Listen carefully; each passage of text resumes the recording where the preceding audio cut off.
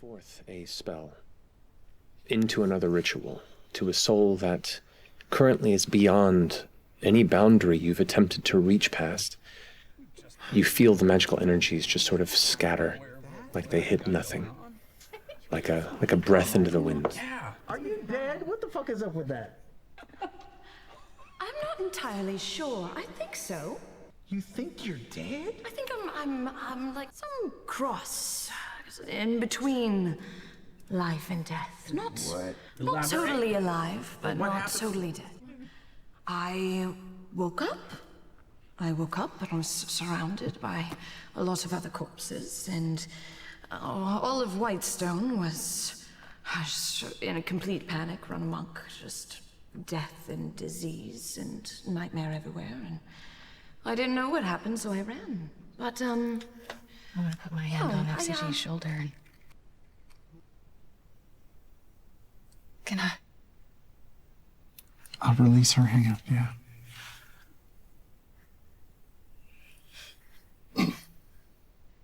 I'm just gonna stand behind her head and brush her forehead. These last few years have been... they've been everything. And through it all, through all the laughter and all the hardships, she was with you. She was choking you.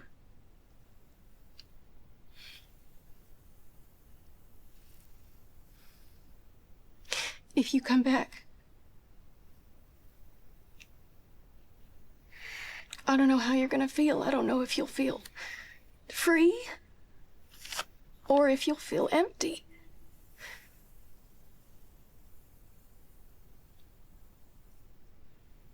But I want you to know whatever hole she's leaving, I'll be there to help fill it, all right?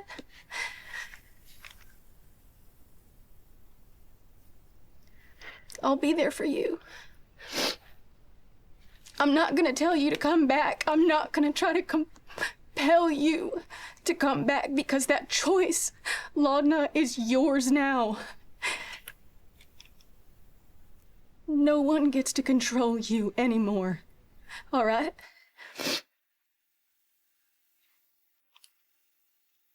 Just know that I love you. And I'm here. And I'm gonna take Pate and I'm gonna put him on her chest.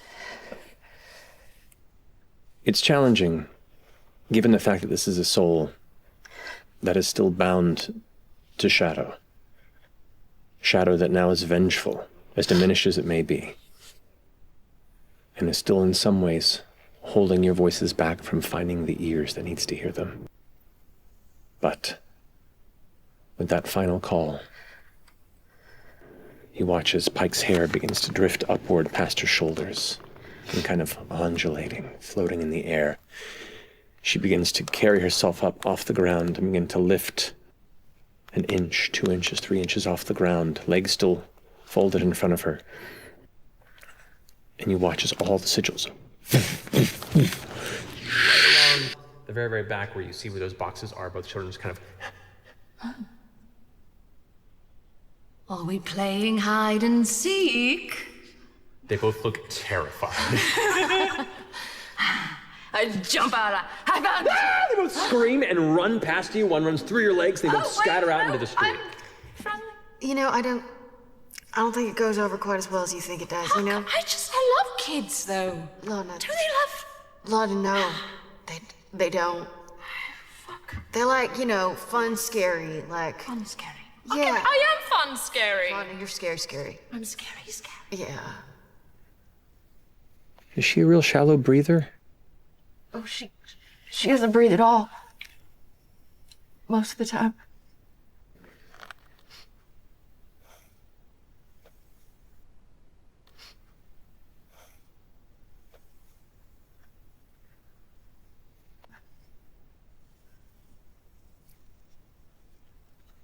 She licks her hand.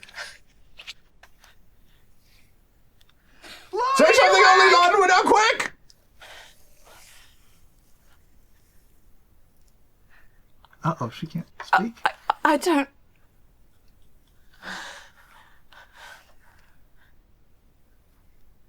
Have you found anything else out about your mom? Oh.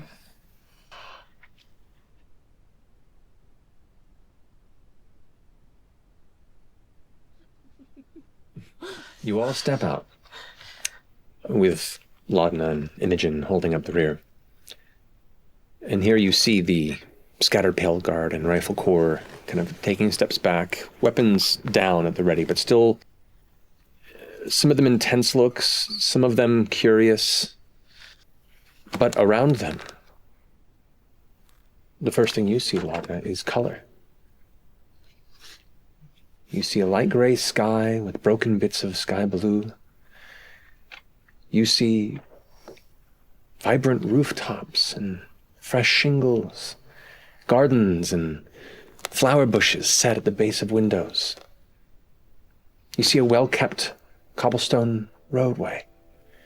You hear people laughing in the distance and talking.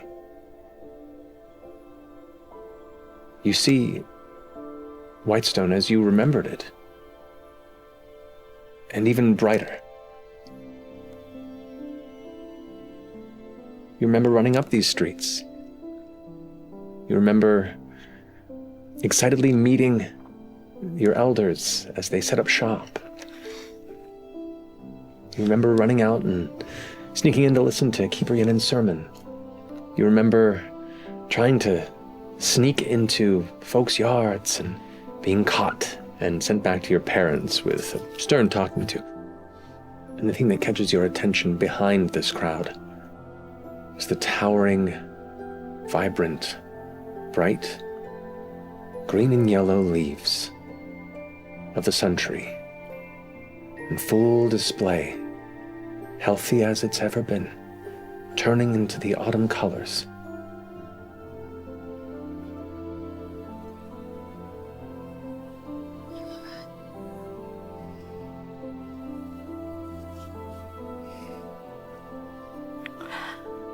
Can we go towards it?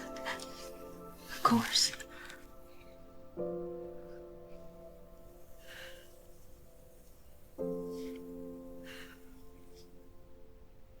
It doesn't seem real.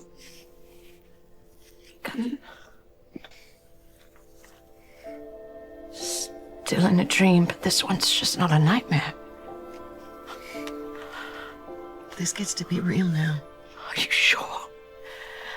This isn't one of her tricks.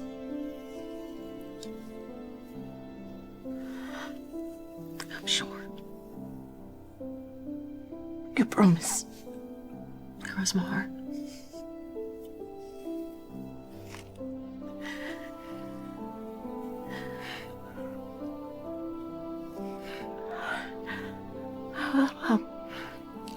I'll be right back. Okay. Just don't go far. I'm right here. Laudna walks up to it. Can you feel things? Yeah, sure. Oh, you're very athletic.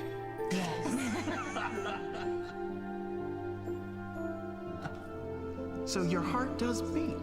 It does, just very... You have hopes. You have fears. You have loves. Of course. Actively trying to rewrite the vision and the memory in her head. But it's like the sun tree she knows is fighting. It's almost like it's flashing back and forth.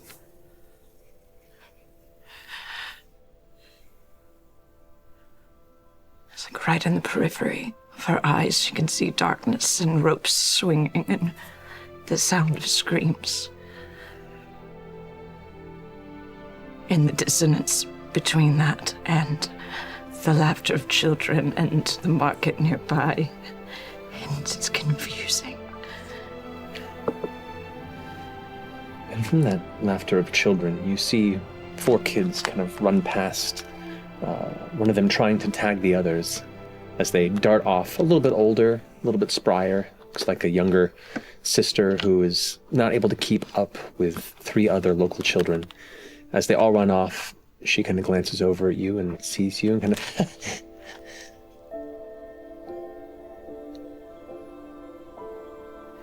Hi. Hello. You're scary. It's okay. I'm fun scary. Yeah. Yeah? Yeah.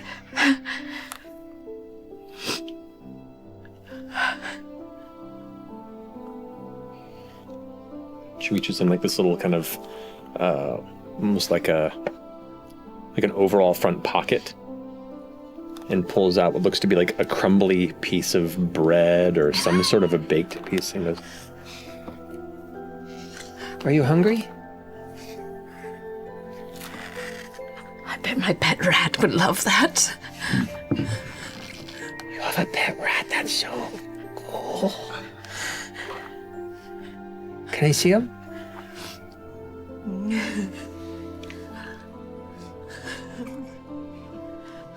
2 years together.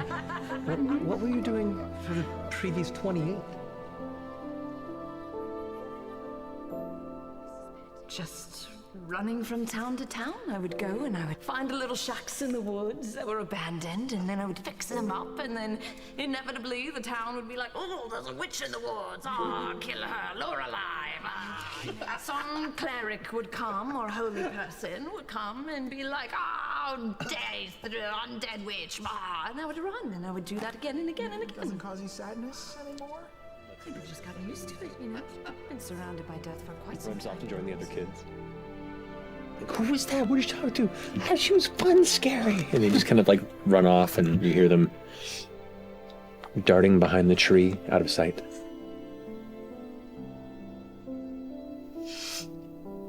As Laudna grapples with this concept that there are these children who are never gonna know anything different.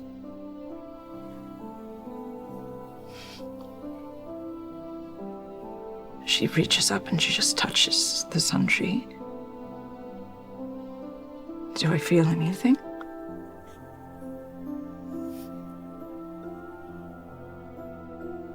It feels warm. Like a tree that's been in the sun for a protracted period of time. The bark itself has almost a noticeably living warmth to it. As you kind of just take in its texture and that odd connection with something that feels so natural but has so long been an image, a representation of the darkest time in your life.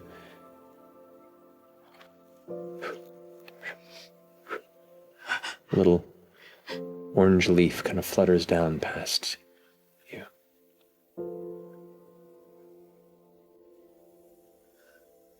Pick it up.